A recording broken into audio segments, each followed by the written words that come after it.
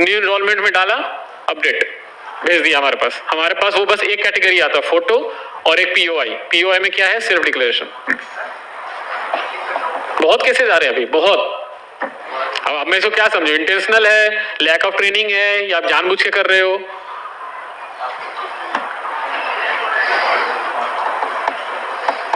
तो ये एक कॉमन सिनेरियोज थे और जो मेरा एक्सपीरियंस था वो मैंने आपको शेयर किया है। इसके अलावा अगर आपके पास कुछ क्वेश्चंस है तो हम उसको डिस्कस करेंगे one by one. Data hold नहीं होता है, डेटा एमडीडी में होल्ड होता है। एमडीडी में टोटल 4 प्रोसेस है, आप सुनो। एमडीडी में टोटल 4 बैच के प्रोसेस चलते हैं, ठीक है। उस 4 बैच के प्रोसेस में 4 ऑटोमेटिक है और 4 मैनुअल है। अगर किसी जगह पे वो सस्पिशियस लगा सिस्टम को, लेकिन जो मैनुअली जो चेक कर रहा है उसको लगा कि नहीं ये पास हो जाना चाहिए, उस केस में वो 2-3 साइकिल घूमता है।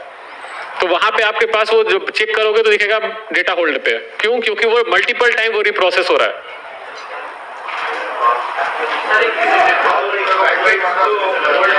एक वन बाय वन कोई माइक देंगे प्लीज? एक minute one by one, go one by one. आप पहले हाथ उठाइए, उसके बाद माइक लीजिए, उसके बाद बोलिए। मेरे पास आवाज नहीं आ रही है यहाँ पे।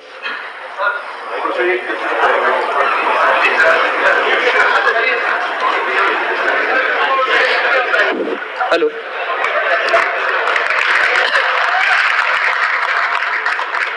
हाँ बताइए sir. Please maintain silence, please maintain silence first. Sir जब एनरोलमेंट करते हैं, सर मैं इधर एनरोलमेंट करते हैं, एक बंदे की मशीन है, उसमें वो बंदा एनरोलमेंट करता है, उसमें एनरोलमेंट लिखा हुआ आ रहा है enrolment got rejected due to technical reason. जब एनरोलमेंट स्लिप को अपन पोर्टल से चेक करते हैं तो वह लिखा हुआ आ रहा है मिसमैच रिलेशनशिप। एग्री होता है। क्यों होता है जी? आपको नहीं पता क्यों होता है? नहीं। किसी को पता है रिलेशनशिप मिसमैच क्यों होता है?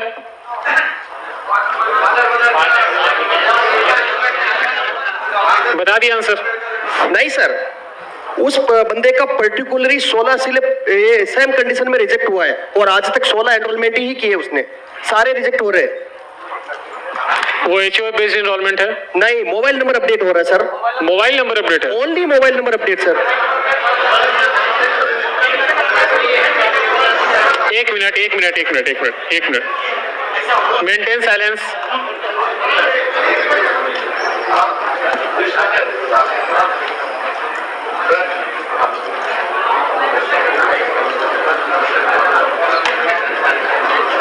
देखो मेरे पास 2 ऑप्शन है, या तो मैं क्वेश्चन आंसर करूं, नहीं तो आप बोल लो, मैं जाता हूं। मेरे पास नॉलेज है, इंफॉर्मेशन अगर आपको चाहिए तो ठीक है, नहीं चाहिए तो जैसे सिस्टम चल रहा हो चलता ही रहेगा, कुछ भी कर लो, आप सुधार नहीं सकते। एक क्वेश्चन है, क्वेश्चन 1 बाय 1 कीजिए, उसको एड्रेस करेंगे तो शायद जिसको नहीं पता उसको भी समझ में आएगा कि वो ऐसा प्रॉब्लम है, शायद मेरे लिए भी वो न्यू लर्निंग कर वो। एक साथ क्वेश्चन पूछोगे तो ना मुझे समझ में आएगा ना मैं किसी का आंसर दे सकता हूं। हाँ, आप बोल रहे थे कि एचओए बेस्ड एनरोलमेंट नहीं है, बट वो मोबाइल नंबर अपडेट में बार बार इनकरेक्ट रिलेशनशिप में रिजेक्ट हो रहा है। जी सर। ठीक है, ये रिजेक्शन कोड गलत पिक कर रहा है, वो रिजेक्शन कोड नहीं होगा, वो गलत सेड़ा से पिक हो रहा है। या ईआईडी कुछ सैंपल आप निकाल के भेज देना रीजनल ऑफिस को, वो एनालिसिस करके आपको वापस बता। सर मैंने टेक सपोर्ट पे मेल किया था। टेक सपोर्ट नहीं, आप रीजनल ऑफिस अप्रोच कीजिए, रीजनल ऑफिस को बोलिए कि ये कुछ सैंपल ईआईडीज है 5-6 जो कि इस एरर कैटेगरी में रिजेक्ट हो रहे हैं, जो कि सिर्फ मोबाइल अपडेट है। सर उस पर्टिकुलर उस ऑपरेटर का ही हो रहा है। एग्जैक्टली यही मैं बोल रहा हूँ कि किसी एक पर्टिकुलर एक सिनेरियोज में हो रहा है ना, तो उस सिनेरियोज का एक एनालिसिस करना पड़ेगा जो आपको रीजनल ऑफिस जो कि आपको उसको हेल्प करेगी। रीजनल ऑफिस के पास आप अपने केस ना आप रिटर्न में दे दो, हम एक बार रीजनल ऑफिस से बात करके आप इस पे रिवर्ट करें। Thank you sir, thank you. लिख लीजिए इसको। ठीक है, नेक्स्ट क्वेश्चन। माइक दीजिए उनको। एक minute. Hello, please maintain silence. नमस्ते सर, मैं नागपुर मेंटेन साइलेंस प्लीज। सुनो, आराम से, अगर क्वेश्चन आंसर होना है तो सब लोग शांति से बैठेंगे, जो बोलेगा वो बोलेगा। एक आदमी है, हाथ उठा दो, देख लेता है, एक एक करके पहुंचेंगे। 500 में सबको मौका नहीं मिलेगा, 2, 4, 10 सवाल जरूर ले लिए जाएंगे। जिसका ज्यादा रिलेवेंट है वो अच्छा है, बट किसी सवाल पे सबको हल्ला करने की कोई जरूरत नहीं। सुनो, इसीलिए है क्योंकि सीखने के लिए और समझने के लिए बुलाया गया है। जो तुम्हारे इश्यूज हैं वो सुन रहे हैं, समझ रहे हैं। जो यहाँ सॉल्यूशन नहीं होगा वो सॉल्यूशन हम नोट करवा कर बैकएंड से बात कर लेंगे, बट एक एक कर करके बोलो, सब बोलोगे तो कुछ भी नहीं होगा। चलो आप बताओ। जी हाँ बताइए सर। ये कह रहा था, मैं नागपुर महाराष्ट्र से हूँ। मेरा क्वेश्चन एड्रेस चेंज से रिलेटेड है। एड्रेस चेंज में पहले son of, daughter of, care of, इस तरह के 3 ऑप्शंस आते थे। आजकल सिर्फ केयर ऑफ का ऑप्शन आता है। बिल्कुल, क्योंकि हमने वो ऑप्शन हटा दिया है इसी एमपी से ही, क्योंकि अब जो डॉटर ऑफ, जो केयर ऑफ सेक्शन है उसको हम उसी में एक ही में इंक्लूड कर रहे हैं। अगर आप लिखोगे डॉटर ऑफ समथिंग तो वो आप आधार को ना एज ए पीओ डॉक्यूमेंट आप इस्टेब्लिश कर देते हो। तो वो हमारे लिए कभी कभी ऐसे केसेस आते हैं जहाँ पे कि बोला जाता है कि ये आधार है, इसमें मेरे फादर का नाम है, लिखा है डॉटर ऑफ, सन ऑफ, तो आप इसको एक्सेप्ट कर लीजिए। ये जब प्रॉपर्टीज के जो ट्रांजेक्शन्स होते हैं ना, वहाँ पे बहुत वाइटल रोल होता है, इसीलिए हमने उसको स्टैंडर्डाइज करके केयर ऑफ सेक्शन कर दिया है। दैट विल नॉट सिग्निफाई कि वो डॉटर ऑफ है, सन ऑफ है या क्या है, जस्ट केयर ऑफ, सबके लिए सिंपल एक रूल। जी सर, दिक्कत इसमें होता है ना, महाराष्ट्र में क्या होता है, first name, middle name, last name होता है, तो उसमें दिक्कत नहीं होती। कुछ लोग एमपी साइड से आते हैं, उसका नाम होता है अशोक कुमार और पिता का नाम होता है मुकेश कुमार, तो वो लोग साथ में नहीं लिखते, वो नाम में फर्स्ट नेम में लिखते हैं अशोक कुमार और फिर नीचे में सन ऑफ का ऑप्शन होता था, तो वहाँ मुकेश कुमार, फिर एड्रेस स्टार्ट होता था। तो अभी साथ में लिखने के लिए उसके बाद डॉक्यूमेंट नहीं होता, उसके पास सिर्फ मुकेश कुमार का ही डॉक्यूमेंट रहेगा, पापा का नाम साथ में ऐड नहीं रहता उसके डॉक्यूमेंट में। नहीं, तो आप केयर ऑफ सेक्शन में ही उसको डाल दीजिए ना, मेरे पास तो रिस्पेक्टिव डॉक्यूमेंट आ गया ना उसका। जी। उनको क्यों चाहिए कि वो सन ऑफ ही लिखवाएं अपने आधार पे? तो क्योंकि वो नाम के साथ ऐड नहीं होता ना उनके पापा का नाम, वो साथ में सिर्फ फर्स्ट नेम और कुमार ऐड करवाते हैं बस। एग्जैक्टली वही मैं बोलना चाह रहा हूँ कि जो रेसिडेंट के इस पॉइंट ऑफ व्यू से सोच रहे हैं, आप आधार के पॉइंट ऑफ व्यू से सोचिए कि अगर मैंने ये लीनियंसी दी तो कल को कोई भी जो नेम अपडेट होता है, वो नेम अपडेट भी कोई एक आईडी प्रूफ दिखा के वो कर लेगा। जो एक पैन कार्ड दिखाएगा वो बोलेगा कि ऊपर मेरा नेम है, नीचे फादर नेम है, आप उसको पिक कर लो। मैं क्यों पिक करूं उस चीज को? इसीलिए हमने उसको स्टैंडर्डाइज कर दिया है कि नहीं, केयर ऑफ सेक्शन ही रहेगा। आप जो एनरोलमेंट स्लिप में आप डालोगे उसके कॉरेस्पॉन्डिंग जो डॉक्यूमेंट होगा वहां पे अगर उनका नाम होगा तो वेल एंड गुड है, नहीं होगा तो हम उसको रिजेक्ट करेंगे। जी, और सर एड्रेस से रिलेटेड एक और क्वेश्चन है, अगर इलेक्ट्रिसिटी बिल हम ऐड कर रहे हैं प्रूफ ऑफ रेसिडेंट में, सुनो बाकी लोगों को भी समय दो। सर सेम एड्रेस से रिलेटेड पूछ रहा हूँ। ठीक है, दूसरे लोग भी पूछ लेंगे। सर ये कह रही है हम अपडेट किया आधार कार्ड, बोल रहे सर आधार कार्ड अपडेट किया, 4 दिन बाद साइट पे स्टेटस चेक किया, आधार सक्सेसफुली अपडेटेड जनरेटेड, लेकिन डेटा उसका डाउनलोड कर रहे हैं तो पुराना ही डेटा उसका शो कर रहा है। बिल्कुल हो सकता है। आधार अपडेट होने के बाद जो मैंने एफएमएस तक आपको फ्रॉड मैनेजमेंट सिस्टम तक समझाया था, उसके बाद एक प्रोसेस होता है यूआईडी पिकर। यूआईडी पिकर में क्या होता है कि अगर न्यू एनरोलमेंट है तो एक 12 नंबर का रैंडम जो डिजिट है वो पिक करके उसके साथ एसोसिएट होगा, या फिर अगर अपडेट है तो उस नंबर के साथ उसको लिंक करके आधार जनरेट किया जाता है, जो कि बाद में XML फाइल जनरेट होता है। आधार आपका अपडेट हो गया है, लेकिन जब तक XML फाइल जनरेट नहीं होगा तब तक आप उसको डाउनलोड नहीं कर सकते। XML फाइल बेसिकली जो आपका लुक एंड फील होता है, जो आप डाउनलोड करते हैं उसको XML फाइल बोलते हैं। तो वो जब होगा तो फिर आप उसको डाउनलोड कर सकते हैं। एक मिनट, कहाँ से? हाँ बताइए। वो कुछ बोलना चाह रहा था, हाँ बताओ। हाँ इधर।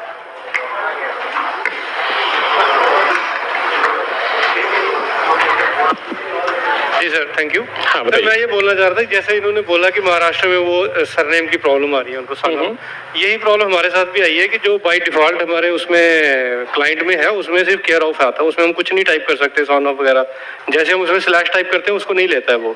लेकिन यही अगर हम ऑनलाइन करता है कोई तो उसमें वो ले लेता है। लोग हमारे पास आते हैं कि हमने उनको रिफ्यूज किया, हमने उनको बेवकूफ बनाया, लेकिन उन्होंने खुद किया है, किसी और से ऑनलाइन करवाया उन्होंने, तो वो उनका बन के भी आ गया। ठीक है, वैलिड पॉइंट, नोटेड। हम देखेंगे इस पे, वैलिड पॉइंट है। हमारी टीम से कोई इस पॉइंट को नोट कर लीजिएगा कि ECMP क्लाइंट में ऑप्शन नहीं आ रहा है, SSU पे में ही ऑप्शन है। Next question, 1 by 1। कोई जैसे 45 साल का केस का है, वो कोई हेडाम इंस्टीट्यूट से करवा लिया फाइल, तो उसका क्या चेंज हो जाएगा? POI नाम कैसे था उसका चेंज हो जाएगा उससे? नहीं सर क्यों नहीं होगा? क्यों होगा चेंज? यार सुनो सुनो सुनो सुनो सुनो, पहली बात ये आर्गुमेंट और डिबेट की जगह नहीं है। ऑथोरिटी ने डिसाइड किया है कि हेड ऑफ इंस्टीट्यूशन के सर्टिफिकेट के आधार पे नाम का चेंज नहीं होगा। तो अगर उसको चेंज करना है तो वो एप्लीकेशन लगाए, वो अलग से प्रोसेस से वो देखेंगे। यहाँ पे हेड ऑफ स्पेल चेक जो भी है, हेड ऑफ इंस्टीट्यूशन को इस तरह के कोई पावर नहीं है कि वो ये सर्टिफिकेट दे सके। वो हेड ऑफ इंस्टीट्यूशन है, वो स्पेल चेक करने वाला इस ऑथोरिटी नहीं है। तो जो रूल है वो समझो और उसके हिसाब से काम करो, ठीक है? मैं आपका इसका क्वेश्चन का आंसर सिंपल देता हूँ। तो एक मिनट थोड़े दिन रुक जाइए, नया लिस्ट आ जाएगा। हाँ नहीं कर लीजिए। नहीं देखिए, आप ऐसे समझिए, हेड ऑफ द इंस्टीट्यूट है जो प्रिंसिपल, मैं ऐसे प्रिंसिपल मान के चलता हूँ। प्रिंसिपल किसी भी स्टूडेंट का आइडेंटिटी चेंज करने के लिए कैसे ऑथराइज्ड है? कैसे? आप रेजिडेंट पर्सपेक्टिव से मत देखो। आप ऐसे समझो कि आप आधार से रिलेटेड हो। आप ऐसे समझो कि अगर कोई प्रिंसिपल ये लिख के देता है कि रमेश कल से सुरेश है, तो हम मान लें उसको? ठीक है ठीक है ठीक है, आई एम टेकिंग विपिन है, VIPIN है, BIPIN मैंने कर दिया। एक minute I am got your question. Minor correction ना, ठीक है। आपके गलती से किसी का नाम जो है विपिन था, BIPIN बन गया, लेकिन उसका ओरिजिनल नेम जो है VIPIN था, ठीक है। वो बोल रहा है कि एक स्कूल का हेड प्रिंसिपल से मैं लिखवा के लाता हूं और उसके बाद आप मेरा नाम चेंज कर दो। स्कूल का जो हेडमास्टर या प्रिंसिपल है वो पुराने विपिन को जानता था? ना ही वो नए विपिन को जानता है। इट्स ओनली कि वो एक विपिन को जानता है जो उसको स्कूल में या कॉलेज में पढ़ता है। अगर आप इस तरह के केसेस को सबको बोले कि नहीं ये पास हो जाना चाहिए, तो स्कूल में ही आप समझो कि सारे नाम अपडेट करवा लेंगे। गीता जो है GEETA से GITA हो जाएगी। जो क्यों? क्योंकि है प्रिंसिपल ने लिख के दे दिया है।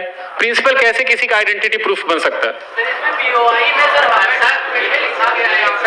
Sir my query UCL related. एक मिनट